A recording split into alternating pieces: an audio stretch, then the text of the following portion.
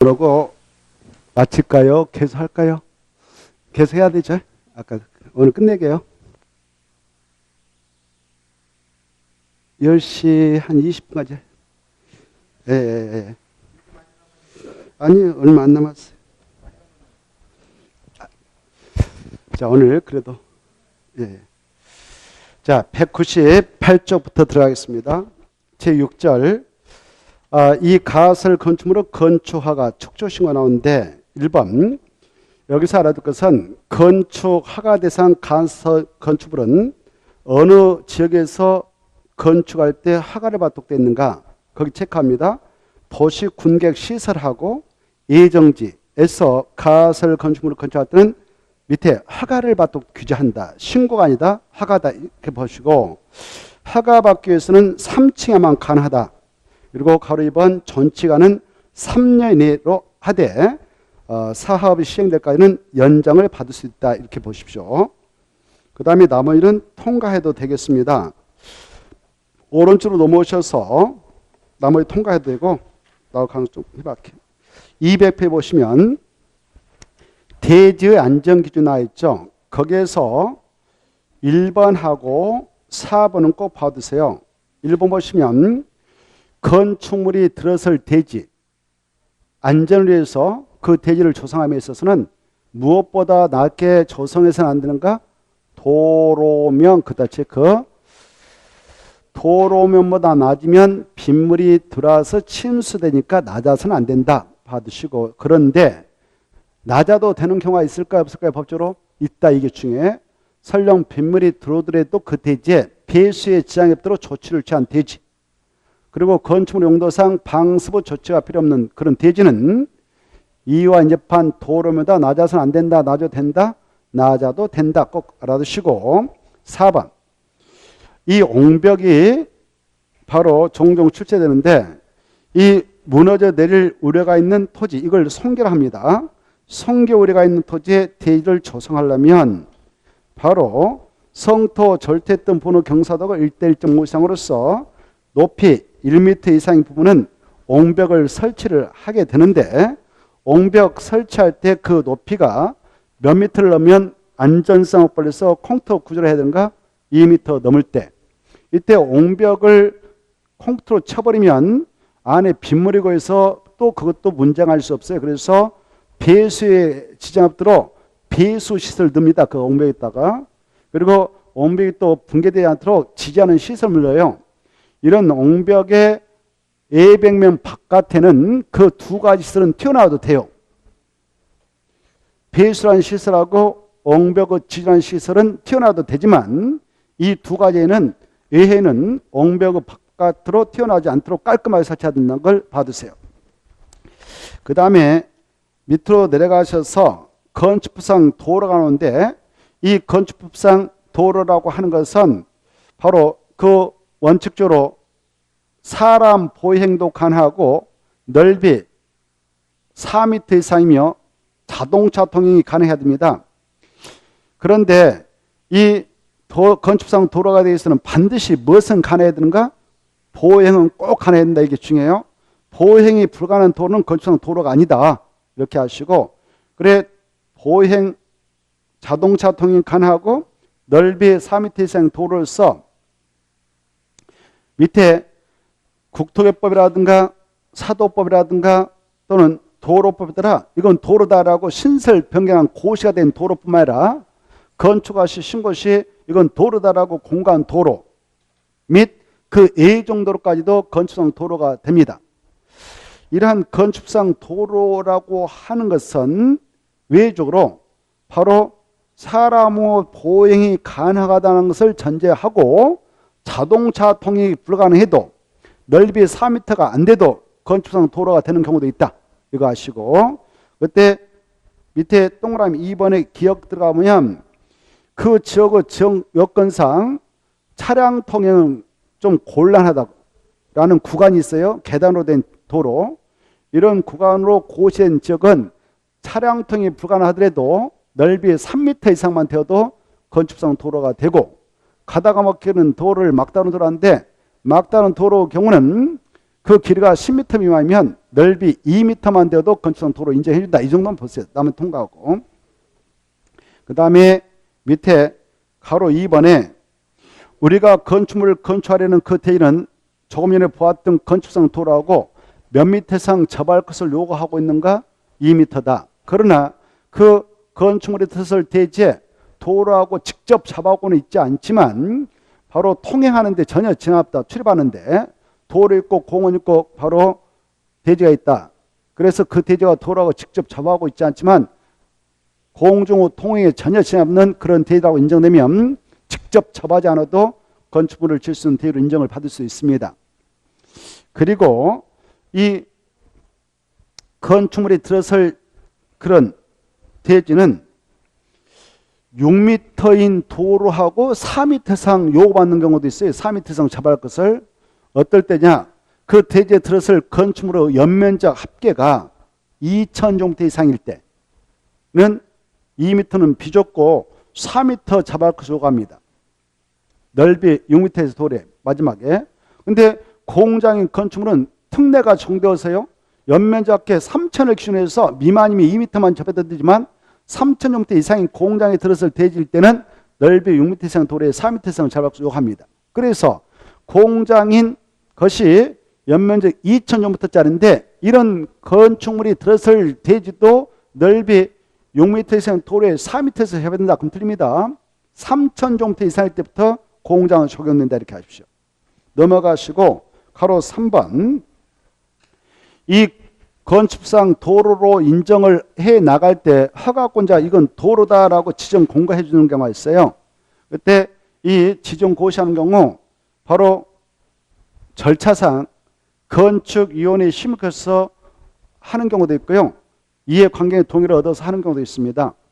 이때 건축상 도로다라고 허가권자 지정할 때는 절차상 그 도로에 대한 이해관계의 동의를 얻어서 하는데 외주로 이해관계의 동의를 얻지 않고 그냥 건축위원회 심의를 거쳐서 지정 공고할 수도 있어. 어떨 때냐? 이해관계인이 회의해가지고 동의를 받을 수 없다든가 주민들이 사실상 장기간 통행로로 이용되고 있는 그런 토지로서 조례가 정하고 있는 곳에다 도로 위치를 지정 공고할 때는 이해관계의 동의를 얻지 않고 건축위원회 심의를 거쳐서 도로 위치를 지정 공고할 수 있습니다. 많은 그런데 밑에 내려가서 보시면 2번 있었던 도로를 폐지한다, 변경한다. 그때는 반드시 이해관계의 동의가 필요하다. 그게 키포인트입니다. 폐지 변경은 반드시다. 그 다음에 밑으로 내려가셔서 4번. 이 내진 설계 대상 건축물을 그렇게 표현하는데요. 이 건축 설계를 맡았던 설계자께서는 건축 설계할 때 구조 안전 확인 대상권에 대해서는 지진이 발생하더라도 구조를 안전하게 설계를 해 나가도록 하고 있습니다. 그때 그 대상이면 내진 설계 해가지고 설계 의뢰했던 건축주가 돼야 돼요. 그때 건축주가 설계도서 받아와가지고 건축가 신청 허가 받았습니다. 허가 받고 나서 이제 착공할 때는 착공 신고를 하게 되는데 착공 신고를 함에 있어서 밑에 있는 건축물들은 설계자한테 그 구조안전 확인서를 받아서 제출을 하도록 되어 있습니다. 내진 설계를 했는가 안 했는가 그걸 내야 돼요. 그 대상이 1번부터 10번까지가 있죠. 그 중에 1번, 2번, 3번, 4번, 5번 하고 그 다음에 10번 정도는 꼭 봐두시기 바랍니다. 이걸 내진 설계라고 볼 수 있어요. 층수는 2층 이상, 연면적 500제곱미터 이상 이런 게 보이죠? 1번, 2번, 200제곱미터 이상. 근데 목구조가 중요해. 목구조. 나무로 된 집은 2층이 아니라 몇 층 이상부터 적용되냐? 3층. 그리고 연면적 500. 이렇게 목구조에다 포인트 맞추세요. 목구조는 몇 층 이상부터 3층 이상. 오른쪽으로 넘어서 2번 보면은 연면적은 500제곱미터 이상. 목구조일 때 목구조가 아니면 2층 이상. 층수는 연면적 200제곱미터 이상부터 내지 설계를 하도록 되어 있어요. 목구조에다 포인트 잡아요. 그러면 나무로 된 집을 목구조로 하잖아요. 목구조를 건축하는데 그 층수가 2층이고 연면적 300제곱미터짜리 목구조의 건축물을 설계할 때는 내지 설계해야 할 의무 대상일까 아닐까요? 아니죠.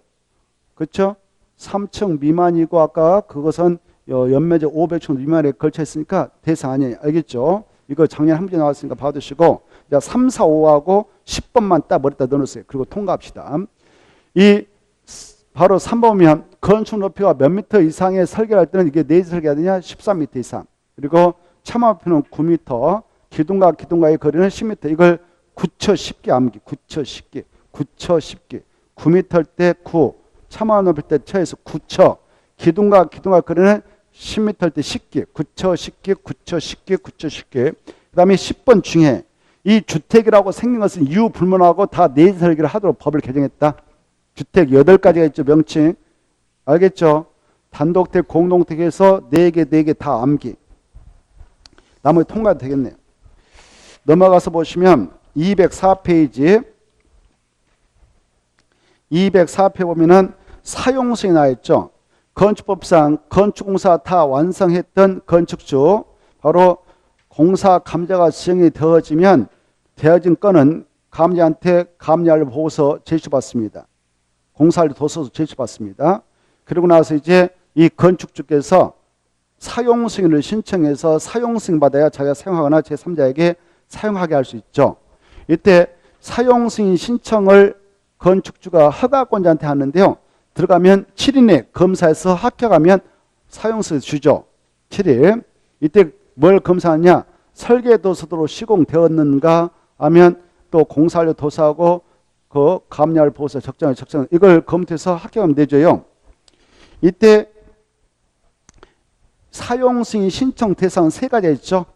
우리가 건축가 받은 건축공사 끝났다. 건축 신고했던 건 공사 완료됐다.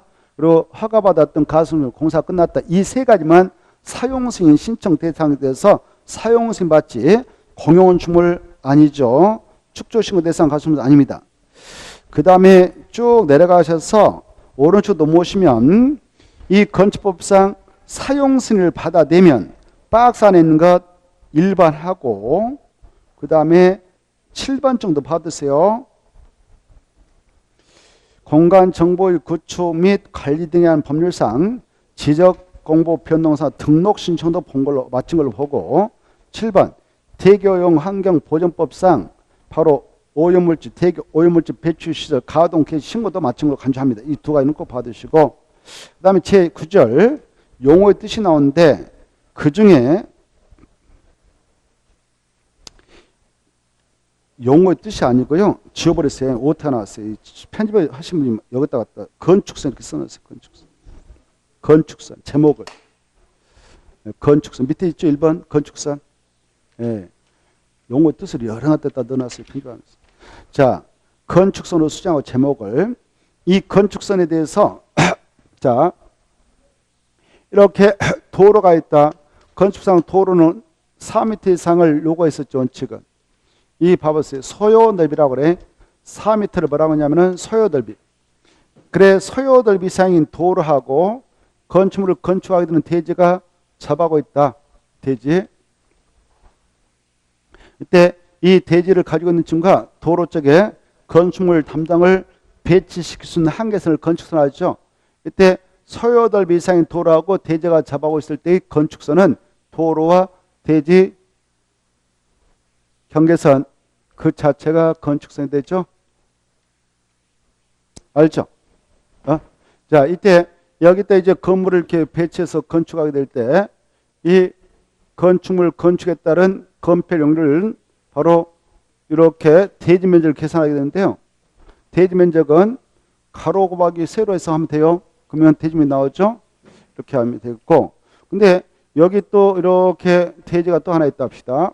이 대지 옆에 또 도로가 있는데요.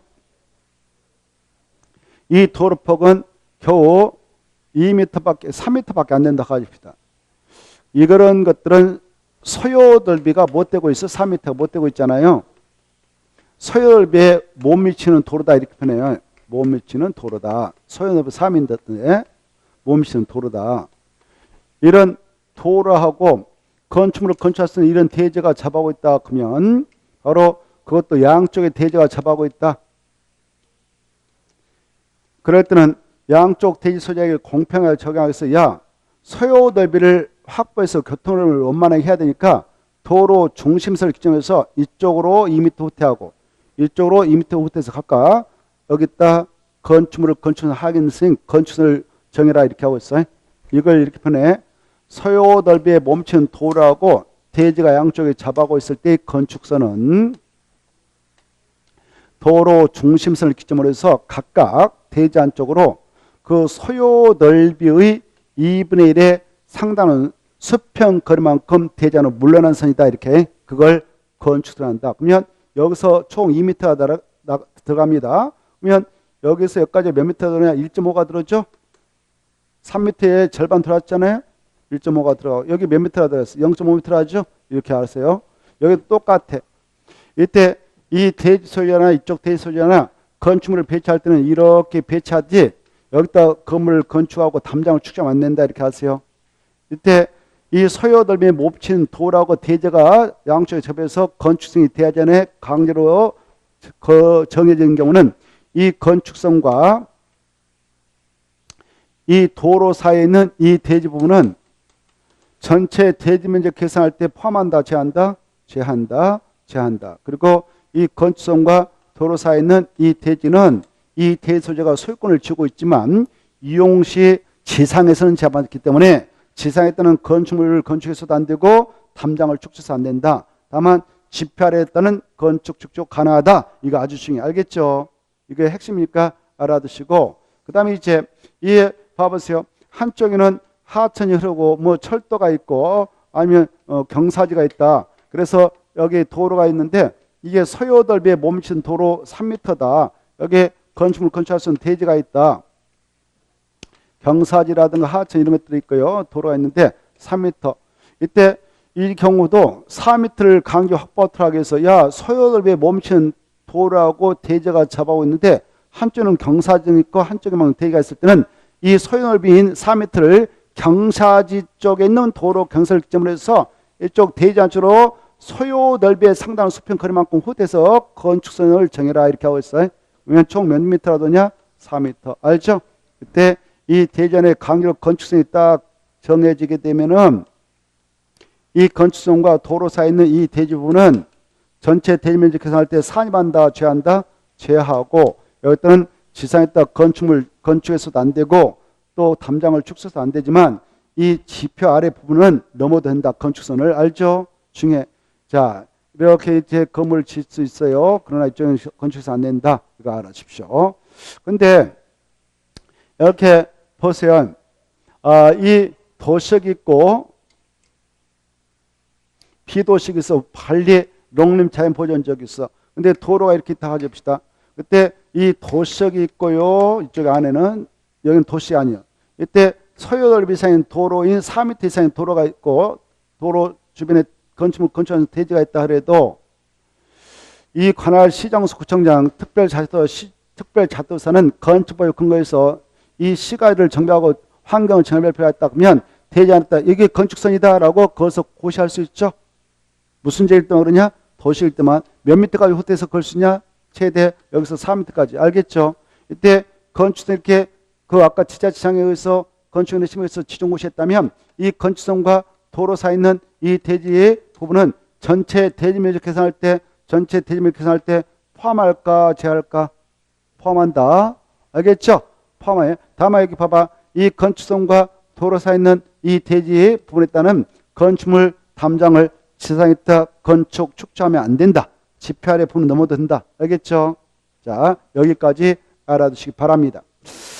자, 그 내용이 쫙 있어. 그 박스 안에 있는 거 다 설명했으니까 읽어보시고 206페이지 2번 건축선에 따른 건축전에서 1번, 2번 중요해. 이제 금방 설명했으니까 1번 잘 해두셔야 중요합니다. 건축물 및 담장은 할 때 그따 써봐. 건축물 및 담장을 할 때 건자 앞에다 지상을 이렇게 써봐. 지상을 천물에다가 지상을 한 장 넘었어요. 한 장 넘어서 가로 1번 앞에다 지상을 이렇게 써봐. 지상. 쓸 줄 알겠나요? 지상, 땅 위에. 지상의 건축물과 담장은 건축선을 수를 넘어서 안 되지만 지표 아래 부분은 넘어도 된다. 이거 꼭 알아서요. 중요합니다. 그리고 도로면이지 지표면 되지만 아니고요. 도로면을 기준해서 높이 몇 미터의 출구 창문 같은 구조물은 열고 닫을 때 건축선 승리 넘는 구조를 해석하는가? 4.5m 이하 꼭 알아주시고, 그 다음에 이제 1조동 확보량 건축물 높이는 다음 기회 되면 하기로 하고 통과하고. 오른쪽 5번 좀 보세요. 5번 보면 가로구역이라는 것은 뭐냐면은 도로로 둘러싼 일단의 구역을 가로구역이라고 그거 써놨지 않았죠. 가로구역이 뭐냐면은 도로로 둘러싼 일단의 구역 알죠? 여기 봐봐요. 이 도로 이렇게 도로 둘러싸였다. 이걸 뭐라고 하는데 이쪽을 가로구역. 우리 시내가 다 이렇게 돼 있어. 도로 이렇게. 이때 가로구역 안에 있던 이제 건물을 건축해 할 때에 여기 높이 최고 높이는 이 정도만 해라라고 높이를 허가권자가 지정 공고할 수 있는 권한이 있어요. 꼭 해야 할 의무는 없지만 할 수도 있어. 그래서 했다면 그 높이대로 따라하면 되고 안 했다면 놔놓고. 그렇죠? 근데 이제 문제는 시험 공부로서 문제는 2번. 야, 같은 가로길 때에 건축물 용도에 따라 바로 높이를 차등 정해서 나갈 수 있냐 없냐 이게 중요해. 있다. 이 같은 가로길에도 건축물 용도에 따라 건축물 높이를 다르게 정해서 공고할 수 있다 없다? 있다. 중요해. 야, 여기 같은 가로이지만 여기가 중심 상업지다. 중심 상업적인 땅인데 여기다 숙박시설을 건축할 때 높이 40m까지 질 수 있지만 바로 유락선은 2층까지만 쳐라 해서 높이를 다르게 정할 수 있어요. 알겠나요? 네? 그 다음에 가로 3번은 특별시장 광역시장에게만 인정하는 권한입니다. 여기 시장 아무에게나 인정한 거 아니에요. 특별시장 광역시장만 지네들 도시관리를 해서 특별시 조례로 광역시 조례다 포인트 잡아요. 조례로 높이를 정할 수 있는 자는 2명밖에 없다. 꼭 아시고. 그 다음에 나머지 그거 밑에 그래서 안 봐도 되겠고 넘어가 보세요. 넘어가서 보면 공공지 등 확보가 나와 있죠. 공공지 등 확보 찾았나요? 자, 이 공공지는 잘 나온데요. 우리 시민들을 위한 쉼터, 휴게 공간을 공공지라 하지 않겠습니까? 이 공공지에서 알아둘 것은 확보 대상 면적하고 확보 대상저, 확보 제고하면 인센티브는 용적이라고 높이 제한을 어느 정도. 이 정도는 좀 알고 계셔야 돼. 첫째, 확보 대상적은 암계라고 그랬어요. 일주, 준주, 준공 모든 상업적. 뭐라고? 일주, 준주, 준공 모든 상업적. 이거 암기해야 돼요. 그리고 확보 면적 꼭 암기. 대지 면적의 10% 이내 조를 정한다. 확보 제공했다면 인센티브다. 용적률하고 높이 제한을 얼마까지 완화해 줄 수 있냐? 1.2배. 이것부터 먼저 3개 딱 암기해. 그러면 답 찾을 수 있어요. 알겠나요? 자, 그리고 첫머리 아까 확보 대상 건축물에는 농수산물 유통시설은 확보 대상 건축물 아니다. 써놨어. 무엇은 아니다고? 농수산물 유통시설 아니고 유락시설 아니다. 이 정도는 보세요. 그 다음에 통과해도 돼요. 그 다음에 넘어가셔서 210페이지 적용. 요즘에 여기가 뜨고 있어. 적용 분야가. 이 도시에 거기 적용했다가요. 되지 않은 적용이 있을 거요. 제목 찾았나요? 되지 않은 적용. 찾았나요? 되지 않은 적용했다 이렇게 써봐. 도시역 내 주거적 상업적에서 강하게 적용되면 이렇게 써놔.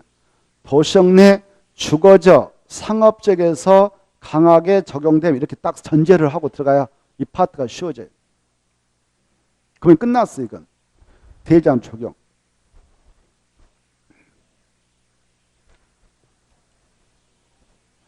그래, 되지 않은 적용은 어디에서 강하게 적용하기 위해서 두고 있는가?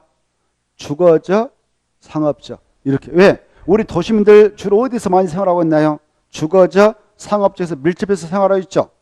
건물이 딱 차가지고 삭막하잖아요. 우리 눈을 즐겁게 해주기 위해서 바로 이 적용을 하게 되는데요. 여기 이렇게 적용을 해야 할 대지가 있다. 대지 면적이 말입니다. 건축물을 건축하자는 대지 면적이 200 정도 됐으면 야, 대지 안 했다. 이렇게 건축물 할 때 적용 좀 해라라고 하고 있어요. 이게 적용 규정인데요. 이 대지가 200 정도 이상일 때부터 적용을 하도록 되어 있습니다. 대지 면적 보통 10% 이내를 하게 되는데요.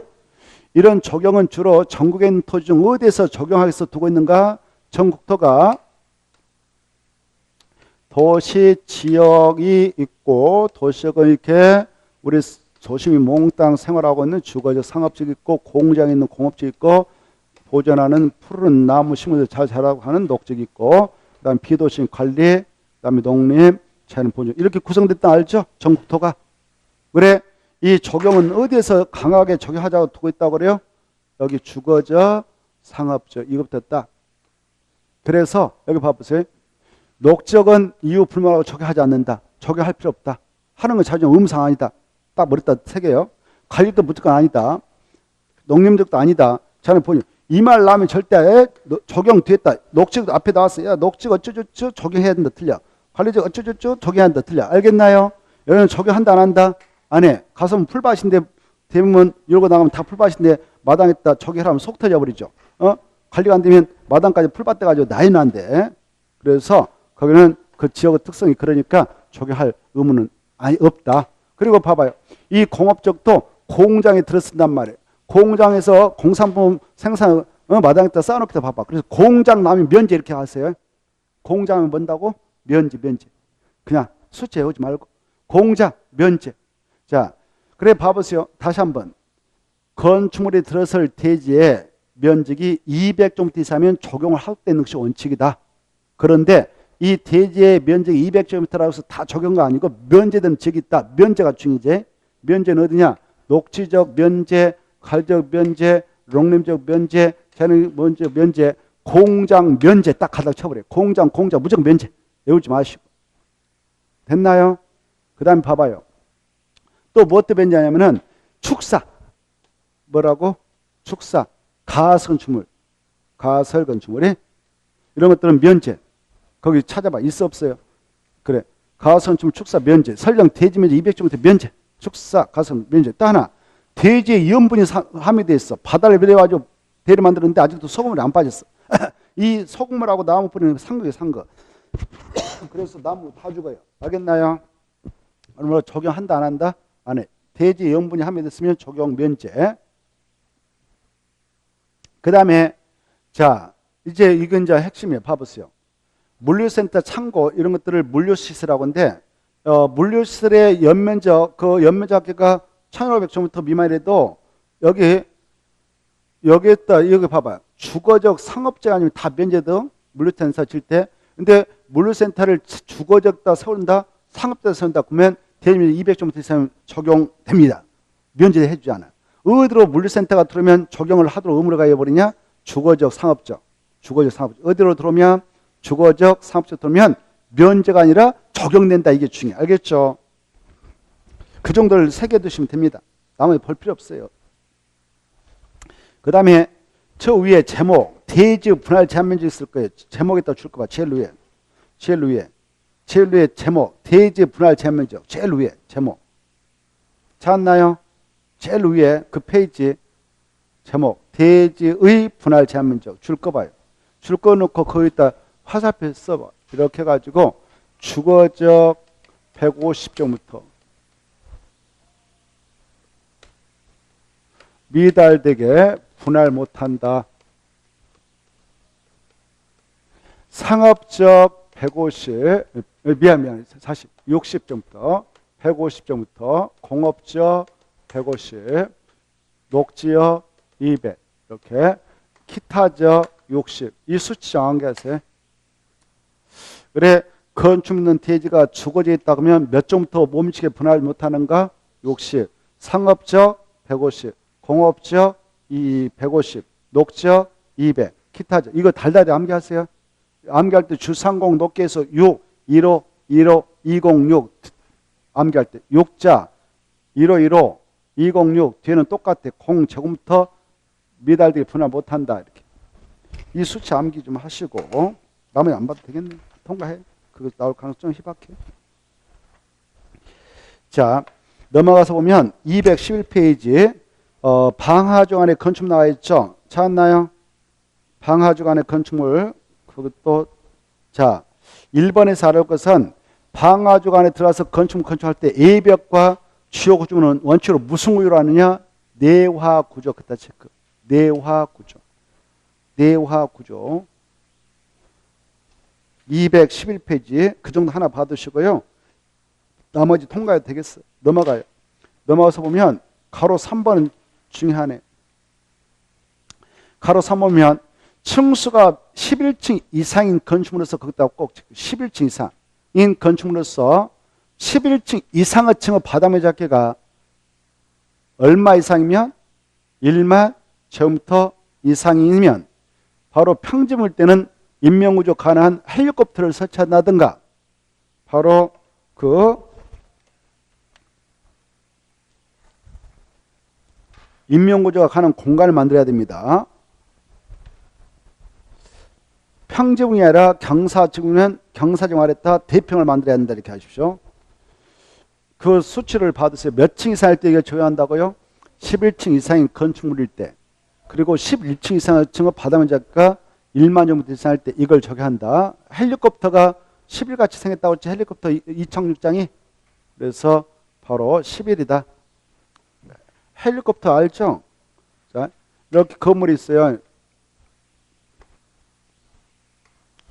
이 건물이 10층짜리다 합시다. 10층짜리 건물이면 이거 가로 3번 적용할까 안 적용할까? 그래 적용 안 해. 알겠죠? 근데 이게 보니까 이건 여기까지가 13층에 11층이라 합시다. 11층, 12층, 13층 이렇게 생겼어. 여기까지 11층, 11층, 12층, 13층 옥상 이렇게 됐다 가져옵니다. 그때 이 건물은 이거 적용될 수 있어 없어요? 있죠? 이때 11층 이상의 건축물로서 11층 이상의 층의 바닥면적이 11층 이상 이거예요. 그래 이거 바닥면적 합계가 11층 이상의 바닥면적 합계가 여기 보니까 여기 5천 이거 바닥면적 이거 5천 이거 5천 이렇게 됐다면 1만 정도 되죠? 15,000이니까 이때는 옥상에다가 평지물이면 옥상에다가 헬리콥터가 이착륙할 수 있는 헬리포터를 설치해야 돼. 헬리포터란 것은 이거 헬리콥터 이렇게 생겼어요. 그러면 이게 이착륙한단 말이에요. 다리가 있어. 이렇게 해서 바로 이게 11자 같이 생겼잖아요. 그래서 여기다 11자 같이 H자 같이 헬리콥터 이착 헬리포터를 만들게 돼 있어요. 그래서 헬리포터 나오면은 10일에 떠올랐으면 좋겠어요. 뭐가 떠올랐으면 좋겠다고? 10일. 그래서 11층 이상의 층일 때만 적용한다. 이게 11층 이상의 층으로서 11층 이상의 층의 바닥면 잡기가 1만 정도 이상이면 평지일 때는 옥상에다 헬리콥터를 설치한든 아니면 인명구조 가능한 공간을 만들면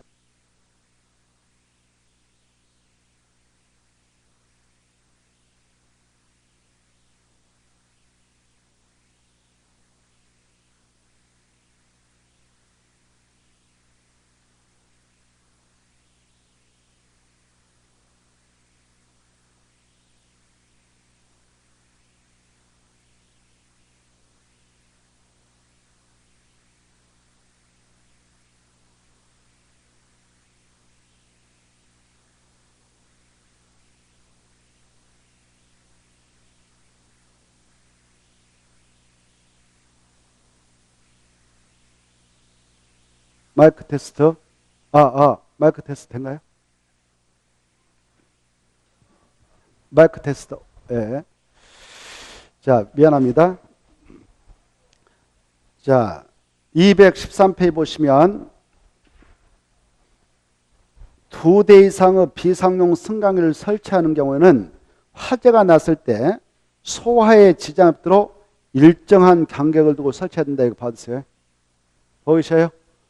그래 일정한 간격을 두고 그 말 중에 서로 붙여가지고 설치하면 안 되고 띄어라 그 말이에요. 띄어라. 그거 한번 기출된 말씀 받으시고 한번 통과해야 됩니다. 그 다음에 제 15절 건축 분쟁 전문이 하나 있죠. 자, 이 건축물을 건축하게 될 때 분쟁이 발생하면 당사자 간의 합의로 처리하는 게 가장 좋고 합의가 이루어지지 않으면 돈 더 달라 해가지고 합의가 이루어지지 않으면 두 가지 방법이 있어요. 이 건축 분쟁 전문에 따라 조정과 재정을 신청해서 답을 구할 수 있고 민사소송 제기해서 법원에다가 답을 구할 수 있어요. 근데 법원으로 가면 소송비가 많이 나오죠. 기간도 1심, 2심, 3심까지 가면 기간도 길어질 수 있어요. 그래서 비용도 거의 안 들어가고 그리고 시간도 짧은 기간 내에 해결할 수 있는 방안을 모색하고 싶으면 이 위원회를 이용하면 됩니다. 그건 자유입니다.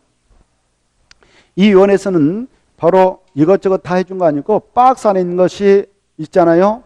이 6가지 정도는 꼭 암기해야 돼요. 여러 가지 있지만 시험권으로서 이 6가지를 조정과 재정해주는 상으로 암기하세요. 이게 중요합니다.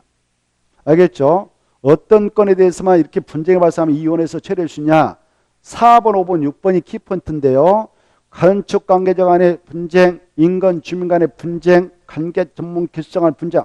이때 건축 관계자하고 인근 주민하고 관계 전문 기술자 이 3가지 용어를 암기해야 돼요. 거기 밑에 써놨잖아요. 건축 허가권자가 끼어들어가지고 이게 분쟁이 발생했다. 그러면 여기서는 조정과 재정을 못 해줘요. 이게 키포인트입니다. 그래 또 박스 안에 들어가면 1번, 2번, 3번은 4번, 5번, 6번이 얽히고 설켜서 싸움이 붙은 거예요. 알겠나요? 그래 얘네들끼리 분쟁이 발생할 때만 이 위원회에서 처리해주고 허가권자가 끼어들면 그때 행정소송을 제해서 법원에다 답을 구해야 되지 여기서는 해줄 수 없다. 이게 키포인트니까 그거 받으세요. 나머지는 통과해야 돼요. 넘어가시고 215페이지 특별 건축구역이 나오는데 특별 건축구역에서 알아둘 것은 바로 한 장 넘어가면요. 한 장 넘어가면 216페이지 가로 2번이 중요해요. 이 특별 건축을 지정할 수 없는 지역이 있어요. 지정권자인 국장시도 여기는 지정하지 못합니다. 이 4가지를 암기하세요. 이 특별 건축구역은 법적으로 어마어마한 건축물을 건축하고 있거나 건축 예정지에 따라 정하는데요. 이 4가지는 건축을 못하게 다른 법에 의해서 규제하고 있는 땅이거든요. 그래 그린벨트인 개발 제한구역, 산속에다 정하는 보전산지, 도로 주변 개발 못해 막은 접도구역 있잖아요. 보고 계셔요? 그리고 산에다 묶어놓은 자연공원, 여기 있다는 특별 건축을 지정할 수 있다 없다? 없다. 그리고 하나 더 밑에 보면 군사기지 위에 있네요. 군사기지 군사시설 보고는 지정할 수 있는데 지정을 하게 될 때는 미리 그쪽 책임자인 국방부장과 협의를 해야 된다. 그 위에 있는 거 별표 하고 손 그 정도는 받으세요. 그 위에 손 알겠죠? 그것이 키포인트입니다. 그리고 오른쪽도 모셔서 나머지 빈집은 좀 그렇고 이번 코스에 나올 가능성 좀 희박하니까 넘어가고 217페이지 건축정은 잘 나와요. 건축정은 바로 지구 단위격으로 지정된 장소 등등 주관경 개선사업구역 이런 데서 협정을 맺을 수 있는데요. 이때 협정을 맺으면 하나의 대지같이 여러 가지 통합 적용받는 게 있어요. 그거 6가지 나오는데요. 이때 건축정을 체결하면 협정을 체결했던 친구들은 많은 인센티브를 제공받을 수 있습니다만 이때 시험권으로서 이제 그럼 건축정을 체결할 때 관련자인 것들을 묶어서 약자로 소유자 등이라고 그래. 소유자 등은 얼마의 합의로 건축정을 체결해야 되냐? 전원 합의 이게 중요해. 가반수 합의가 아니라 전원 합의. 그 말이 아주 중요해요. 밑에 보인가요? 셋째 줄 보이죠? 그 말 중에 그래 이 건축협정, 대수협정, 리모델링 협정 약을 약적으로 건축이라는데 이 전원 합의가 있어야 되고요. 넘어가서 협정을 체결하게 되면 옆집과 내 집을 바로 하나의 벽을 가지고 함께 건축할 수 있는데 이걸 맞벽 건축이라 하죠. 맞벽 건축을 했다면 사용 기간에 또 나름대로 규제를 합니다. 맞벽 건축 해놓고 바로 부시자 이렇게 할 수 없어요. 자, 몇십 년 가야 폐지, 인가 신시서 같이 허물고 따로따로 이용할 수 있냐? 20년. 맞벽이 2자니까 20년 지나야 협정 폐지인가 신청하더라도 받아준다. 이거 받으시고 이때 이 건축정을 체결한 정서에서 그 쥐를 승계한 자들도 협정 체결을 한 걸로 간주해버립니다. 협정 체결자의 쥐를 고스란히 승계한다는 걸 알아두십시오. 그 다음에 쭉 내려가셔서 6번을 보시면 별표를 봐보세요. 6번. 별표를 보시면 건축협정 인가를 받은 협정구역에서는요. 박스 안에 있는 6가지 규정을 개별 건축마다 적지 않고 바로 그 협정구역 내 것들을 통합 적용을 할 수 있어요. 6가지를 달달달. 그래 첫째 대지와 도로 관계 규정, 대지하는 적용 규정, 그 다음에 지하층 설치 규정, 그 다음에 부설 주차장 설치 규정, 건폐 규정, 그 다음에 바로 그 개인하우스 처리시설 설치 6가지는 통합 적용을 받을 수도 있습니다. 그 다음에 결합 건축이 나오는데요. 이 결합건축은 자, 두 개만 알면 돼요. 결합건축. 이 나름대로 수익성이 높은 어떤 상업적이라든가 역세권 개발구역이 있다. 그때 바로 그 100m에 있는 두 대지의 용적률을 결합해서 건축을 허용하고 있는 것을 결합건축이란다. 무엇을 두 대지 간의 것을 결합해서 건축을 허용해서 이걸 두고 있냐? 용적률이다. 이게 중요해요. 용적률. 용적률 거래를 인정하는 것이죠. 그래 이때 용적률을 결합 건축을 하게 될 때에 바로 그 두 개의 대지의 거리는 100m 내에 있어야 된다. 이렇게 봐주세요. 몇 미터? 100m. 이때 넘어가서 보시면 220페이지 220페이지 보면 바로 결합 건축을 할 수 있는 대상지가 있어요. 그 정도는 좀 봐두세요. 상업지역, 역세권 개발구역, 건축업종구역, 통합, 그 다음에 특별건축구역, 리모델링 활성화구역, 도시재생 활성화지역, 건축자산 진흥구역, 그리고 주거환경 개선사업구역 이런 장소에서만 결합건축이 인정됩니다. 별표, 결합건축 대상적인 그런 박스 안에 쪽에 두 개의 대지를 소유한 자가 한 명인 경우도 혼자서도 그 소재는 결합건축 할 수 있다 없다? 있다. 이 정도 보시고 오른쪽도 모셔서 5번에 밑줄 친 거. 이때 결합건축 해가지고 협정서 맺었다면 협정 체결기간 몇 년 가야 되냐? 30년 가야 된다. 이렇게 받으시고요. 6번 이 결합건축 협정서를 폐지하고 싶을 때는 전원의 동의가 있어야 되고 허가권을 신고하면 됩니다. 나머지 통과. 그리고 통과해야 되고 밑에 17절 건폐가 연결이 나오는데요. 이건 뭐 여러 번 했기 때문에 빠른 속도 체크하겠습니다. 건폐의 뜻은 암기하세요. 대지 면적에 대한 건축면적 비율. 그 다음에 이런 건폐로 최대한다는 국토개법에 있는 규정을 적용해서 건축물을 건축하는 것이 원칙인데 그러나 이 국토개법은 일반법, 건축법은 특별법이거든요. 그래서 건축법인 특별법을 통해서 국토개법상 기준을 강화 또는 완화, 적용토록 하는 규정을 둘 수 있고 그 규정이 있으면 그에 따르면 됩니다. 용적률 보죠. 용적률은 꼭 시험에 나오는데 대지의 면적에 대한 연면적을 비례하죠. 이때 하나의 대지 안에 두 개의 건물이 있다면 연면적 학교로서 용적률을 적용받습니다만은 이 용적률 산정 시 연면적에는 그 건축물에 뭐가 있다면 취하는가? 넘어가면 나오죠. 지, 주, PP. 지, 주, PP 찾아가지고 지, 주, PP. 그것은 포함한다, 제한다? 제한다. 그래 이 용적률 최대한도 2번 똑같아. 국토개법에 따른 그 용적률 기준에 따라 건축물을 건축하면 되는데 이 건축법도 특별법이기 때문에 건축법을 통해서 그 기준을 강화, 적용, 완화, 전투는 규정을 둘 수 있고 그 규정이 있으면 따르면 됩니다. 대지 분할 제한 아까 했죠. 암기하세요. 이거 주상공 녹기 해가지고 6, 15, 15, 206 암기 그 정도 보시고요. 밑에 바로 대지 면적은 아까 했으니까 통과. 오른쪽으로 모셔서 3번 건축물 연면적을 규제하는 용적률 있잖아요. 용적률 산정 시 연면적에는 지주 PP는 취하지만 나머지 이제 바닥 면적으로 규제하잖아요. 그때 바닥 면적은 계산법이 중요해요. 1. 바닥 면적은 원칙으로 각층 그 일부로서 벽, 기둥 같은 구의 그 중심선으로 둘러싸는 수평점을 산정하는 것이 원칙인데 만약 벽이라든가 기둥 같은 구획이 없는 건축물을 어떻게 바닥 면적을 계산하면 되는가?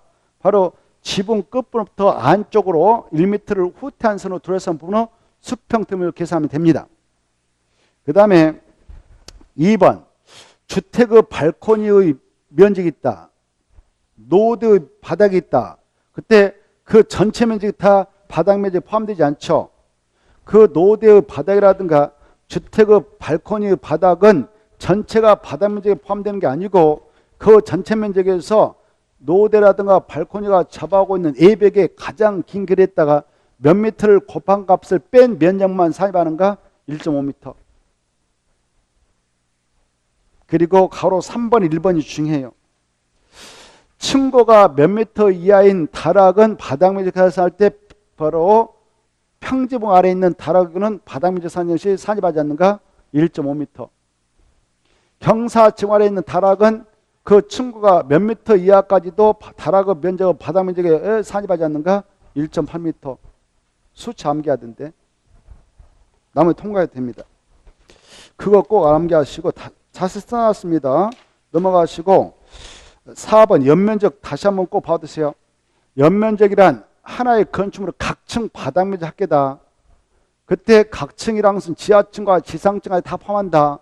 그 말입니다. 합계다. 근데 용적률을 산정할 때 그 말이에요. 용적률을 산정할 때 연면적에는 지주 PP 면적을 줘야 된다고 그랬어요. 용적률을 산정할 때 그 말이 꼭 전제돼야 돼요. 그냥 연면적 계산할 때는 다 포함한 거예요. 그거 이해 잘해둬야 돼요.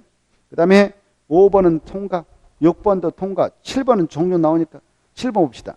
층고, 우리말로는 층높이인데 층고는 방어 바닥 구조체 위면에 떠나죠. 위면부터 위층 바닥 구조체 아랫면이에요, 윗면이에요? 윗면까지. 아랫면 하면 뜹니다. 8번은 시험에 나오죠. 층수 산정. 아까 했어. 1번. 지하층은 건축물로 층수에 산입한다, 산입하지 않는다? 산입하지 않는다. 2번. 층후 구분이 명확하지 않는 건축물에 있어서는 건축물 높이 재가지고 몇 미터마다 하나 층으로 계산하는가? 4m. 3번. 건축물의 부분에 따라 그 층수가 다른 경우에는 그중 어쩐다? 가장 많은, 그 말 중에 가장 많은 층수를 그 건축물을 수습한다. 마지막에 건축법상 이행 강제문은 요약집 뒤편에 핵심 비교편에 있습니다. 저 뒤에 한번 보고 할까요? 그거 하고 마치겠습니다만은 저 뒤에 몇 편이냐면은 300 아닌데 저기 몇 페이지 있다. 아니 몇 페이지 있다고요? 그래요? 한번 봐봅시다. 그러면 297페이지 맞네. 그때 써놨어. 297페이지 있어요. 297페이지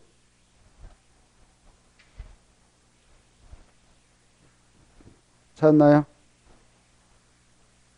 자, 거기 농지법하고 건축법이 이행강제문 제도가 있는데 이행강제문 좀 작년에도 한 번 나왔습니다만 작년에는 어떤 게 나왔냐면은 그 건축법상 박스 안에 그 1, 2, 3, 4 박스 안에 보이죠?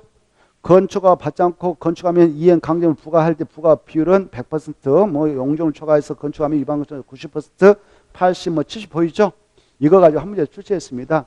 그 수치가 가장 큰 것부터 적은 수는 바르게 나이는 거 찾아라고 작년 나왔는데 올해도 이게 이행강제 나올 수가 있어요. 그래서 이제 이행강제에 대해서 한번 생각해 봅시다.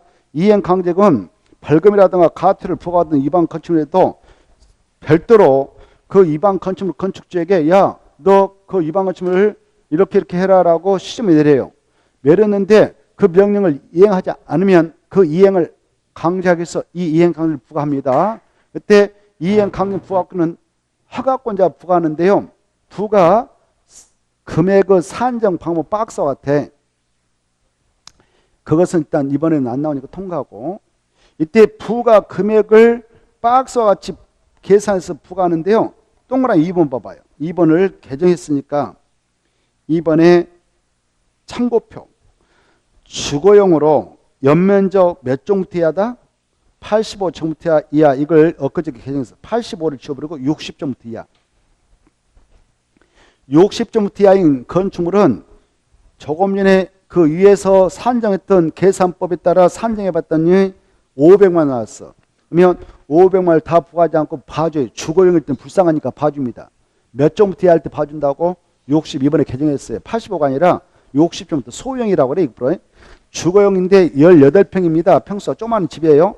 주거용으로 60종부터 이하인 건축물을 건축했는데 위반 건축물이 돼버렸어. 그래서 이행 강의를 부과해서 계산해 보니까 500원 나왔어. 500원 다 내라고 하지 않아. 불쌍하니까 2분의 1로 감액이죠. 이해돼요? 그것만 봐두시고 개정됐으니까. 그 다음에 밑에 봐봐요. 이때 이행 강의를 부과하게 되는데 아까 정상적으로 가격을 이행 강의 부과금을 계산했더니 500만 나왔어. 500만 원으로 끝낼 게 아니고 거기다 꽃배기로 가중할 게 있어. 가중할 게. 상습범들. 1번 봐봐. 1번 보면 상습범들. 뭐라고? 상습범이라든가 이영리 목적을 가지고 위반한 자들. 이런 친구에게는 바로 이행 강제를 가중합니다. 얼마까지 가중하냐? 50을 100으로 엊그저께 개정해서 100. 그것만 받으세요. 상습범들.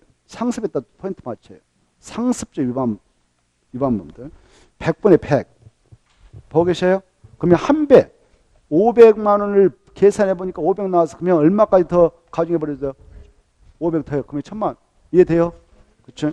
이번에 개정해서 이거 안 봐주겠다 이겁니다. 이것 좀 봐두세요. 나머지 뭐 나눠 테고. 그 다음에 넘어가 보세요. 이행 강의에서 또 뭐가 중요하냐면 298페이지 298페이지 보면은